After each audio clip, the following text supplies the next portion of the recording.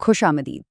آج ہم قرآن کی ایک ایسی صورت پر بات کرنے والے ہیں جو چھوٹی ضرور ہے لیکن اپنے اندر بہت زبردست ڈرامہ رکھتی ہے۔ جی ہاں، ہم بات کر رہے ہیں سورۃ المسد کی۔ یہ وہ صورت ہے جو سیدھا پیغمبر اسلام کے ایک قریبی رشتہ دار اور ان کے خاندان کے بارے میں ایک بہت ہی طاقتور پیشن گوئی کرتی ہے۔ تو چلیے دیکھتے ہیں کہ اس صورت کو سمجھنے کے لیے ہمارا سفر کیسا ہوگا۔ ہم شروع کریں گے اس کے تعارف سے، پھر دیکھیں گے ابو لہب کے خلاف کی گئی پیشن گوئی کو۔ اس کے بعد ہم بات کریں گے کہ دولت کا کیا کردار تھا، وہ بھڑکتی ہوئی آگ کا ذکر کیوں ہے، اور یہ لکڑیاں اٹھانے والی عورت کون تھیں، اور آخر میں ہم اس صورت کے ہمیشہ رہنے والے پیغام کو سمجھیں گے۔ تو اس صورت کا نام ہے المسد۔ اس کا مطلب کیا ہے؟ اس کا مطلب ہے کھجور کے ریشوں سے بنی ہوئی رسی، اور یہ نام خود ہی انجام کی طرف ایک بہت گہرا اشارہ ہے۔ یہ صورت مکہ میں نازل ہوئی، اسلام کے بالکل ابتدائی دور میں، اور اس میں صرف 5 آیتیں ہیں، لیکن بہت ہی واضح اور اثر انگیز۔ دیکھیں، اس صورت کی ایک خاص بات یہ ہے کہ اس میں پیغمبر اسلام کے وقت کے ایک شخص کا نام لے کر ذکر کیا گیا ہے۔ اس سے اس کا پورا تاریخی پس منظر بالکل واضح ہو جاتا ہے، اور یہ پیشین گوئی ایک ایسے شخص اور اس کے گھر والوں کے بارے میں ہے جو اس وقت کی مسلم کمیونٹی کے کہہ لیں کہ سخت ترین دشمنوں میں سے تھے۔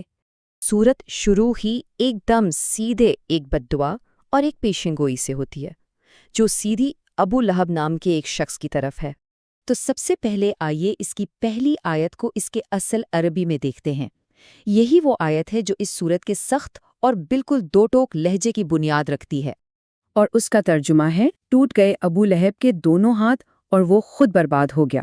یہاں صاف پتہ چلتا ہے کہ یہ صرف اس کے کاموں کی بربادی نہیں بلکہ اس کی اپنی ذات کی تباہی کا بھی ایک حتمی اعلان ہے۔ تو سوال یہ اٹھتا ہے، آخر یہ ابو لہب تھا کون؟ دیکھیے، وہ پیغمبر اسلام کا سگا چچا تھا، مکہ کا ایک بہت امیر اور طاقتور لیڈر، اور آپ کے پیغام کے سب سے بڑے دشمنوں میں سے ایک۔ سوچنے کی بات یہ ہے کہ یہ مذمت ایک قریبی رشتہ دار کے خلاف ہے، جو اس وقت خاندان اور معاشرے کے اندر جو گہری دراڑ پڑ گئی تھی اس کی شدت کو دکھاتا ہے۔ ٹھیک ہے، اب آگے بڑھتے ہیں دوسری آیت کی طرف۔ آئیے دیکھتے ہیں کہ یہ آیت ابو لہب کی طاقت اور اس کے مرتبے کے بارے میں کیا کہتی ہے۔ یہاں عربی متن بالکل واضح طور پر اس بات پر سوال اٹھا رہا ہے کہ اس خدائی فیصلے کے سامنے اس کی ساری دنیاوی کامیابیوں کی کیا حیثیت ہے۔ اس کا ترجمہ ہے، نہ اس کا مال اس کے کام آیا اور نہ ہی وہ جو اس نے کمایا۔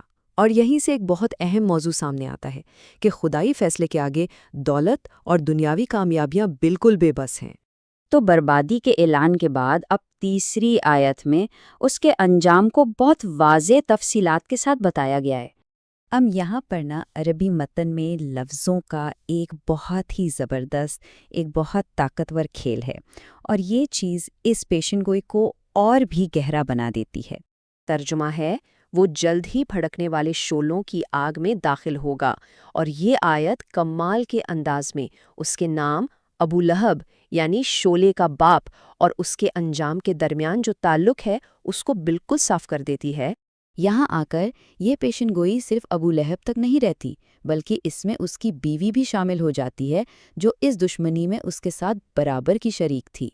تو چوتھی آیت اس کی بیوی کا ذکر ایک بہت ہی طاقتور اور کہہ سکتے ہیں ایک قابل بحث لقب سے شروع کرتی ہے۔ ترجمہ ہے، اور اس کی بیوی بھی جو لکڑیاں ڈھونے والی ہے۔ اب دیکھیں، اس کی تشریح دونوں طرح سے کی جاتی ہے، لفظی بھی اور استعاراتی بھی۔ یعنی ہو سکتا ہے اس کا مطلب یہ ہو کہ وہ جھگڑے کی آگ کو ہوا دیتی تھی، لوگوں میں غیبت اور جھوٹی باتیں پھیلاتی تھی۔ اور اب آخری آیت، یہ آیت اس صورت کو ایک ایسی تصویر پر ختم کرتی ہے جو بھلائے نہیں بھولتی، ایک دل دہلا دینے والی تصویر۔ ترجمہ ہے، اس کی گردن میں خوب بٹی ہوئی رسی ہوگی کھجور کے ریشوں کی۔ یہ مسد یعنی کھجور کے ریشوں سے بنی رسی کی تصویر اس کے انجام کی پیشین گوئی کو ایک بہت ہی چونکا دینے والی اور عبرتناک تفصیل کے ساتھ مکمل کرتی ہے۔ تو ان ساری آیات کو ایک ایک کر کے سمجھنے کے بعد آخر اس پوری صورت سے ہمیں کیا اہم سبق ملتے ہیں؟ اس کا دائمی پیغام کیا ہے؟ دیکھیں یہ صورت بہت مختصر انداز میں کچھ ہمیشہ رہنے والے موضوعات کو جمع کر دیتی ہے، جیسے کہ دین کی کھلم کھلا مخالفت کا انجام کیا ہوتا ہے، پھر یہ کہ اللہ کی مرضی کے سامنے دولت اور حیثیت کی کوئی حیثیت نہیں۔ اس میں ہم یہ بھی دیکھتے ہیں کہ کیسے خاص اور واضح تصویروں کا استعمال ایک پیغام کو پہنچانے کے لیے کیا گیا ہے، اور آخر میں قرآن کے متن میں پیشین گوئی کی کیا اہمیت ہے۔ اور یہیں پر ہم ایک آخری سوال کے ساتھ اس گفتگو کو چھوڑتے ہیں۔ سوال یہ ہے کہ یہ صورت خاص لوگوں پر توجہ دے کر آخر کیسے دین اور دنیاوی طاقت کے درمیان جو کشمکش ہے، جو کہ ایک آفاقی موضوع ہے، اس کی کتنی طاقتور مثال پیش کرتی ہے۔